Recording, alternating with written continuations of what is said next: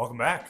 I'm excited to have you here. I hope you're excited for this video. This is something I am very excited about. We are going to be starting the manual swap on my Hibiscus S4. Now, this is not only because manuals are better, at least in terms of these, the automatics like to blow up, but also this car has downpipes that are torn off. So it's been open downpipe the whole time I've owned it. So it's really hard to, drive it and enjoy it. So I'm very excited to make this car enjoyable to drive because the AC is ice cold. So it'd be nice if, the exhaust didn't dump right into the cabin. I want to say first off, remember to subscribe and like the video, but then without anything else, let's dive into pulling out this motor.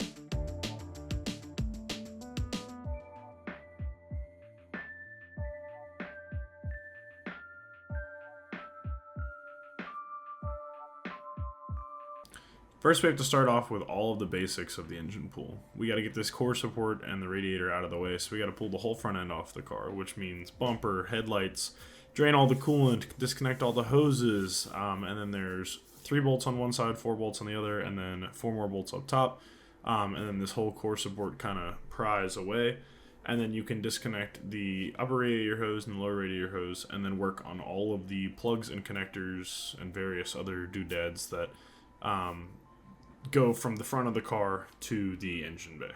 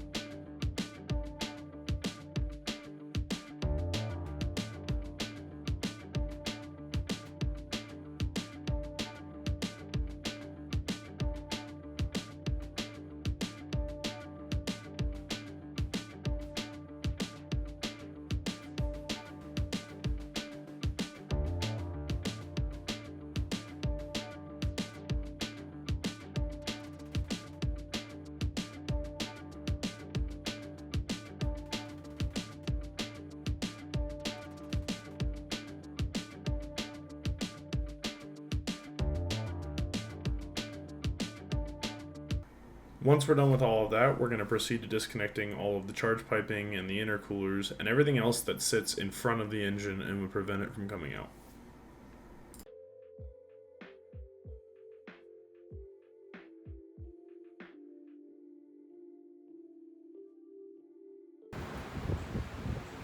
That was a close call.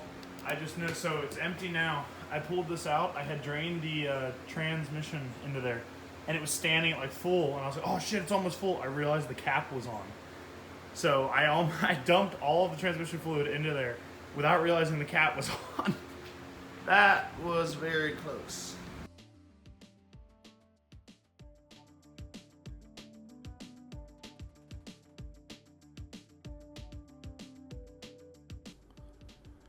With all that aside, there's some other junk to this that is tied in with the automatic transmission that, say, a manual car wouldn't have. Like, there's this auxiliary, I think it's a cooler on the back of the driver's side intercooler that I had never dealt with before. So that's no more complicated than just one screw and popping the lines out, as you see me doing here, and then got to drain all the oil out of it, as well as all the oil out of the intercooler from years and years of the PCV breather just bleeding into the intake. And then after that, it's time to disconnect all or a lot of the stuff that is holding the engine to the chassis. So right here you see I'm disconnecting the fuel and evap lines. There's only 3, which is not super complicated, but then when it gets to the wiring, there's a bunch of stuff to disconnect. Gotta have to disconnect the igniters, all the O2 sensors, the MAF, stuff like that. That all sits right here above the airbox on the passenger side.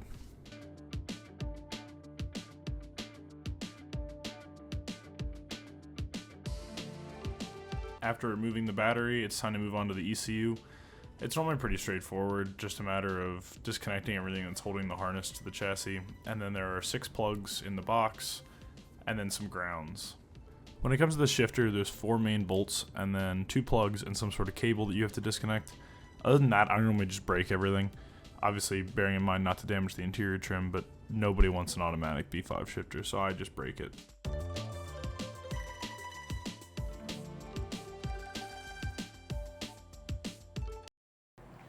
Good morning and welcome back to day 2.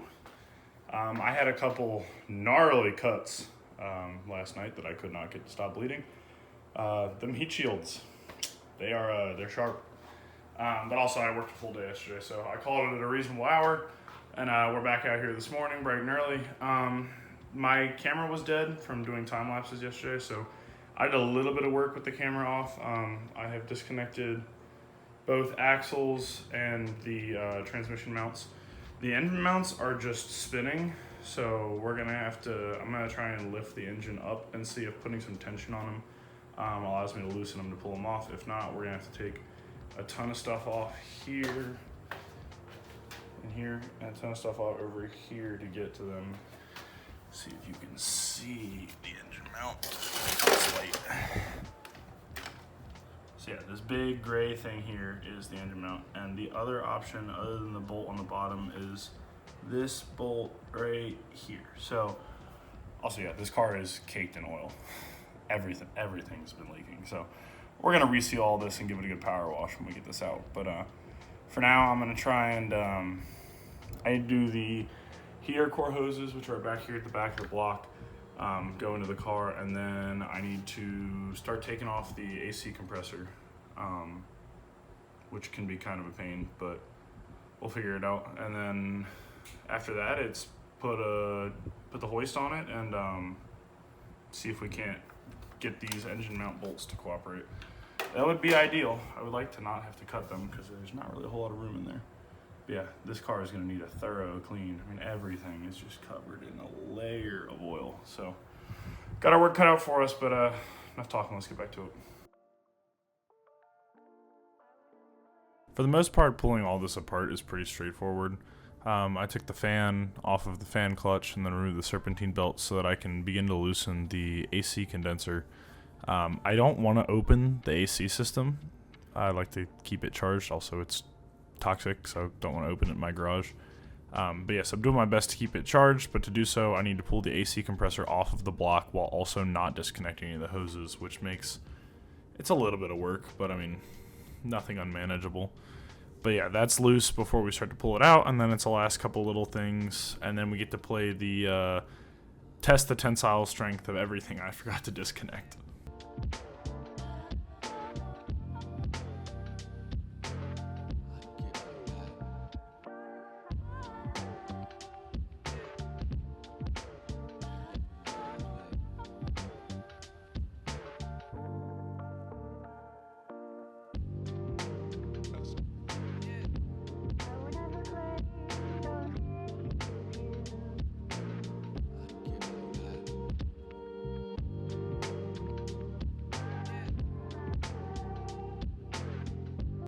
In all seriousness, I cannot stress how much more work pulling the automatic is than pulling a manual. It's just, there's so much junk that's attached to it for hoses, and then it's got wires, and not to mention the fact that it's so much bigger and so much heavier. It is just, it's a beast to pull. So finally getting it out was a relief. I gotta get it lower onto the ground so it doesn't split the earth in half if I drop it. So that was fun. It's always fun. They just weigh a ton. I'm glad I drained the fluid this time. There's way less leaking onto the floor. I have forgotten to drain the fluid in the past, and it definitely is nice because it is that little tiny bit lighter. But for the most part, it's not super complicated. It's just a much more work than a manual. The manual, there's not much attaching it, and you have much more room around the transmission itself to work. It takes up significantly less space, which just inherently makes pulling everything off so much easier, as well as the torque converter and flywheel you don't have to pull the starter to take them on and off of a manual. You just use flywheel bolts like any other car that mount to the crank, which is how the flex plate mounts. But to get the torque converter off of the flex plate, it's just a lot of work, and it can be a complete pain at times.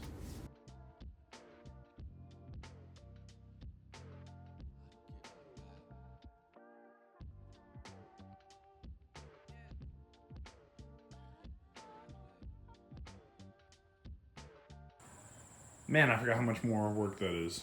The automatic, I'd have to say, is at least 30% more work to pull than the manual. I mean, you saw the time lapse at the start of the video. It's not a lot of work. Like, it took me 3 hours. This is closer to 6, and I still have to.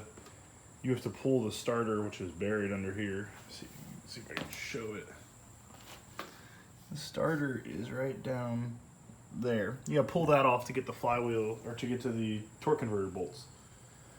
So to get the trans off, I gotta take the trans off, and then I gotta do that. So I got a lot of work still to get this thing on the stand before I can do anything else. But yeah, I guess nothing to it but to get back to it. So let's get this transmission off.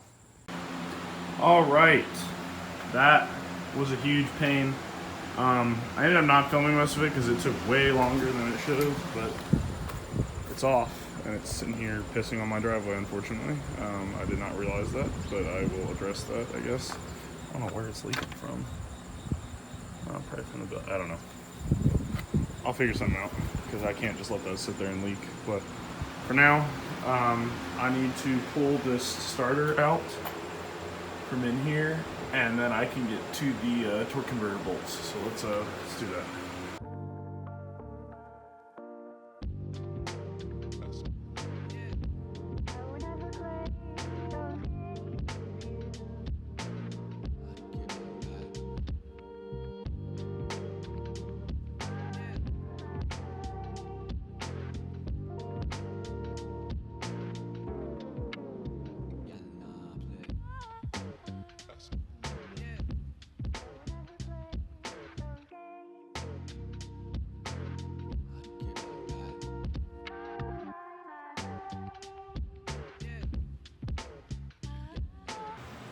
Just like that, on a stand. These things are always kind of sketchy. Well, I guess my stand is kind of sketchy, so it's always a little nerve-wracking.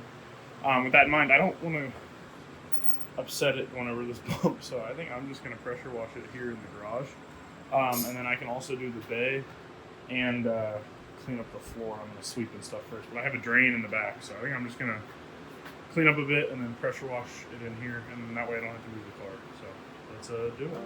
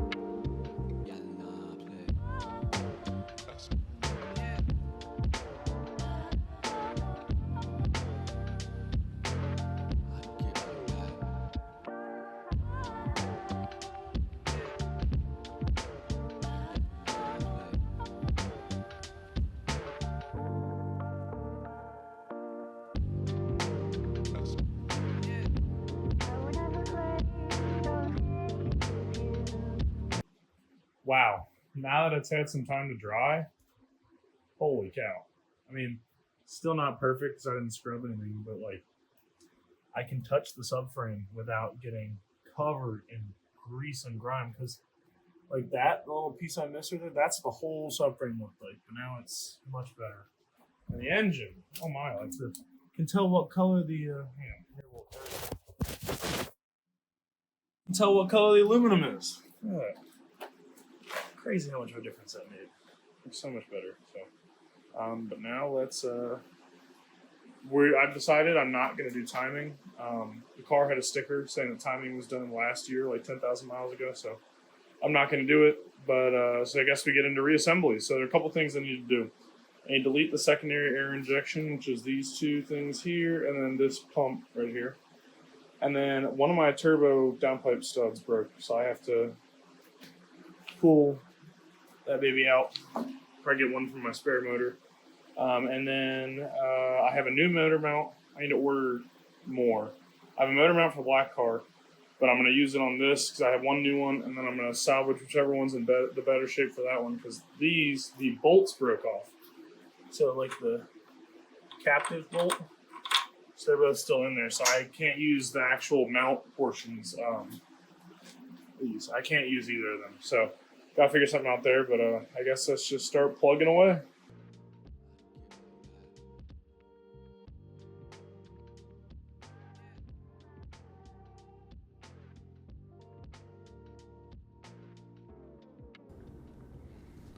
So for the secondary air injection, which you'll see here shortly, you just have to take off the like recirc valves on either side, and then there's a pump. And then I chose to delete them. I chose to hammer in a 7/16 ball bearing. You can tap it and put a bolt in, or you can buy block off plates. It was 40 cents to buy 2 ball bearings, so I figured, screw it, why not? Hopefully I don't ever have to take those out, because I don't think they'll come out. May have to weld something to them and pull them out that way, but for now, it's deleted and the holes are sealed, so good enough.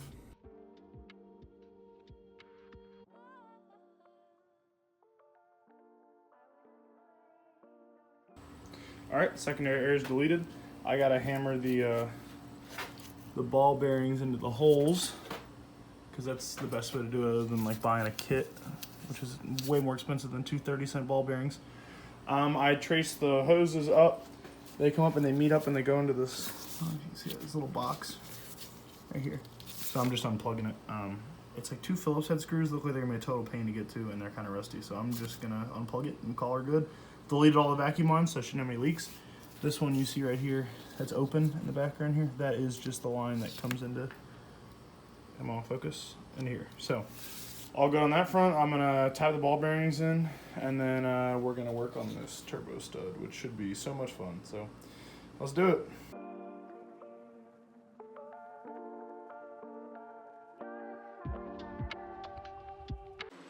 All right, that's that done. Got one right there, and one right there, all tapped in. I think this hose is leaking, or something, because this is crusty. So I'm gonna investigate that before I put the motor back in. But let's do the turbo stud.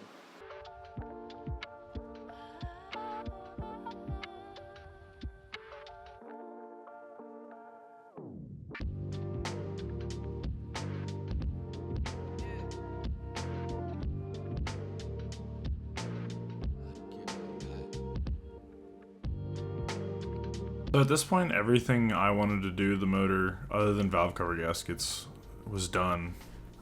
So it's about time to put it back in. I didn't include the clips in here because the lighting was bad and they didn't come out great of painting the valve covers and the white pipe. So I referenced that here later, but their clip isn't in here.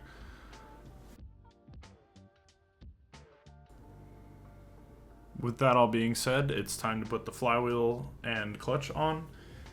You see me struggle here for a little bit. I didn't realize at first that the flywheel is like, it only goes on one way.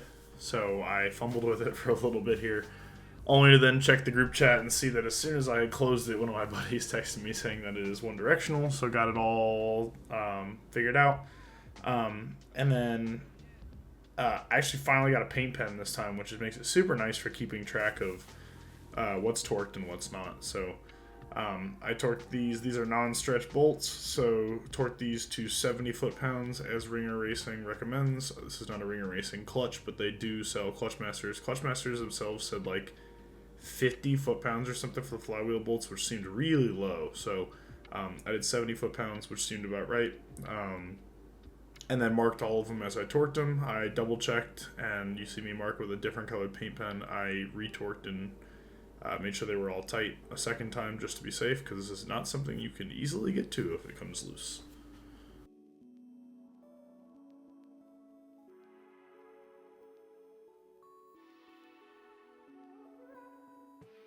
With that, it was time for the pressure plate. Same deal here. Fresh hardware. Got to torque them in a star pattern and paint mark them to be sure that you get them all, and to help you remember, if you're paranoid like me, that you torque them all. That's part of why I do them twice, is to make sure that I got them all. This I did 20 foot-pounds, I believe, and then that didn't feel enough, so I did 25, which felt good. I'm obviously comparing all of these numbers to forums, and I'm not just guessing. And then we're going to replace the throwout bearing. This clutch on this car was all very new. I think the new clutch, the guy told me when I bought the parts car, only had like 80 miles on it. But this is something that I would hate to have go bad because it's very annoying, so I replaced it while I'm in there. It's important to always use proper lubrication with something like this. This is something that every time you push the clutch in is going to cycle or slide in and out. So I made sure to grease the pivot fork and where the throwout bearing slides on the transmission spindles, as well as retighten this and make sure everything functions properly. Now it's time for my favorite part, mounting the transmission to the engine. That was heavy sarcasm. I despise this part. This always is such a pain. I don't know if it's me, but I have never had one go on easily. One of my buddies told me to cut the bolts that you use for the automatic transmission, because they're much longer. Cut the heads off and use them as dowels, which I did. And that made it a little easier. I still walked it on a little bit with the other bolts. Now, mind you, this is impact on the absolute lowest setting.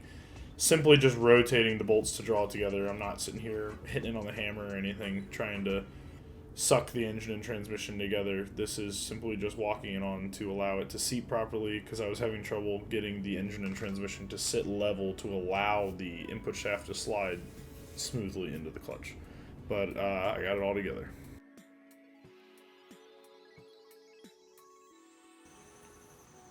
Welcome back to day 4. I didn't do a whole lot yesterday. Yesterday was Labor Day. I spent some time with some family and friends. But I did replace one of these lines down here. It was super swollen, so I replaced it with a new one, new oil cooler line. Other than that, didn't do a whole lot other than taking the what was broken of the motor mounts. The bolts stayed behind, so I took those out. But we're getting close to being ready to put it back in. I know you saw on the time lapses, I painted the valve covers and the Y pipe. So those are all refreshed now, but I think it's time to finalize bolting up the downpipes. They're just kind of roughly mocked up right now. I could not find the other speed sensor plug. I've looked everywhere back here on the back of the motor, cannot find it. So I don't know what to do about that. Like, I've checked all of the open plugs and stuff, and none of them are this other speed sensor. I swear this harness had both when I pulled the motor out, or the transmission off. So I really don't know about that.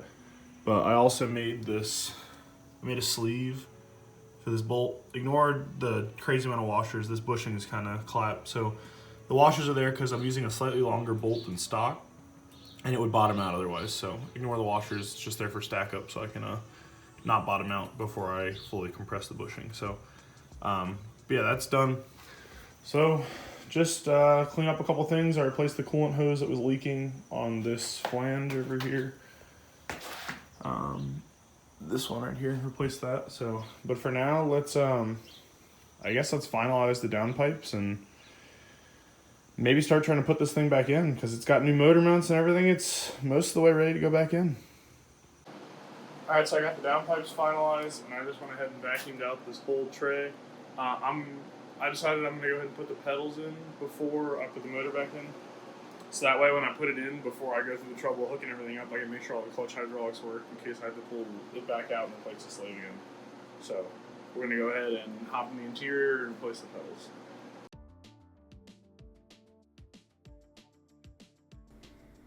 The pedals I wouldn't say are hard to replace as much as it just kind of sucks. It's only pretty much one bolt, and then the threaded rod that attaches the brake pedal to the brake booster. That's all it really holds it in from the interior, and then you have these two really long bolts that go through the brake booster and bolt into the back of the pedals.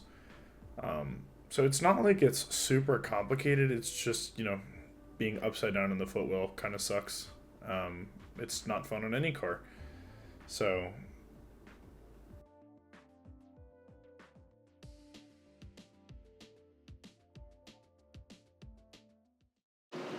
Okay, so pedals are 80% of the way in. They're in enough that we can test the clutch hydraulics when we put the transmission stuff in. That always sucks.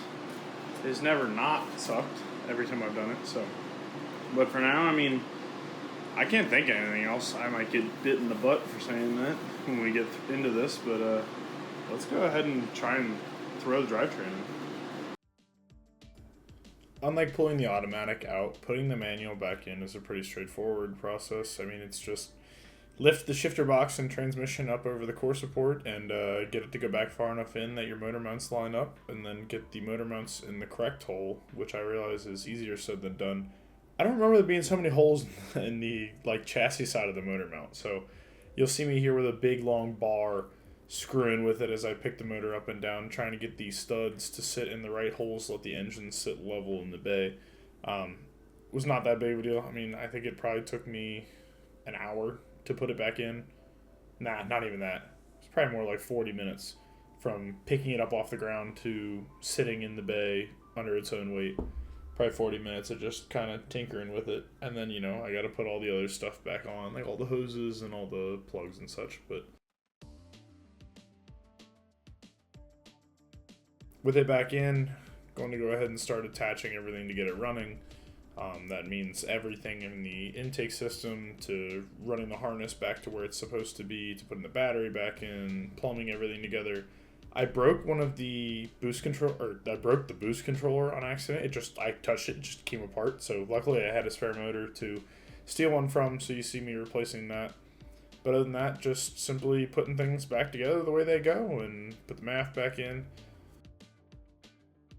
Now we're going to remove the TCM. So these cars actually, once you remove the TCM, it stops looking for it, and then it just assumes it's a manual car. So once you remove the TCM, it just pops up on the dash, push clutch pedal to start. So this is not very difficult. I did break the trim here, but it was I'm pretty sure it's broken already, but I'm going to say it was broken already. The bottom of the door trim, but then just pull out this box, pull the TCM out, try to put the box back in, couldn't get it to go in, get rid of the box, and call her good. Alright, so as you saw, I've put pretty much everything in the bay back together, minus the battery. You just watched me pull the TCM out from under the carpet. I just made a jumper harness for the starter relay, so I'm going to put the battery back in and put this jump the starter relay, and we're going to see if it starts.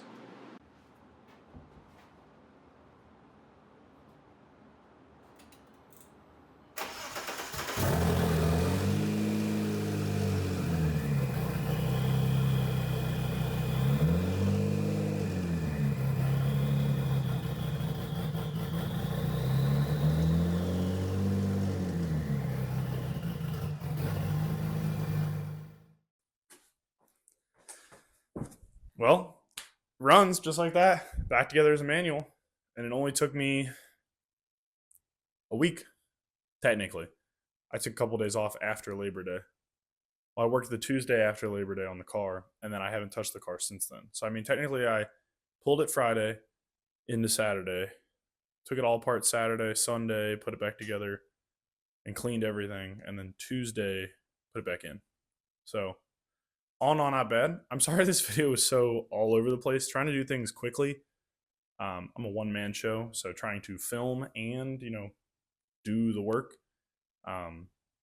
Filming kind of took a backseat at times, but I really hope you guys enjoy it. I'm much more excited for all the other stuff that's to come with this car. This was kind of like a big thing I wanted to just get out of the way, because the car being open downpipes previously, with the downpipes being torn off in front of the cats, it just wasn't fun to drive. So I'm looking forward to coilovers, get it dialing in this fitment. I've got some old AP Racing brakes upstairs, do a big brake kit, dial in the swap. Obviously, that's what the next video will be on, is finishing. This obviously isn't done. finishing this and then putting the diff and drive shaft in, as well as all the axles, and then getting everything good from there. The clutch is still only like half bled. I can only really bleed it so much by myself. So when my roommate's home, we'll do that. But thanks again for watching. Remember to like and subscribe, and stay tuned for the next one. See ya.